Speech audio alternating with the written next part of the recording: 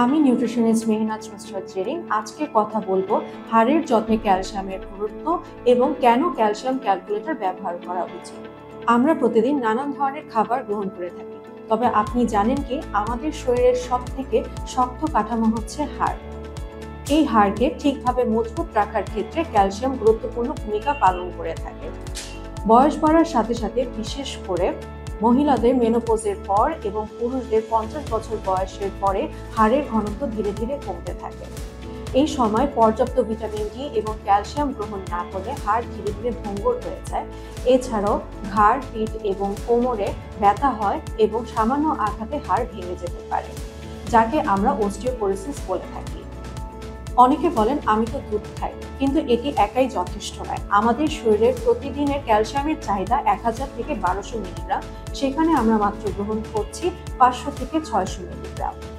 তাহলে আমরা বুঝবো কিভাবে ঘাটতি কিভাবে হচ্ছে। এই ক্ষেত্রে সাহায্য করে থাকে ক্যালসিয়াম ক্যালকুলেটর। ক্যালসিয়াম ক্যালকুলেটর হচ্ছে এমন একটি টুল যা আমাদের জানায় আমরা যতটুকু খাদ্য গ্রহণ করছি তার কতটুকু পরিমাণ আমরা ক্যালসিয়াম গ্রহণ করছি এবং আমাদের বয়স, লিঙ্গ এবং শরীরের চাহিদা অনুযায়ী কতটুকু পরিমাণ ক্যালসিয়াম গ্রহণ করা দরকার।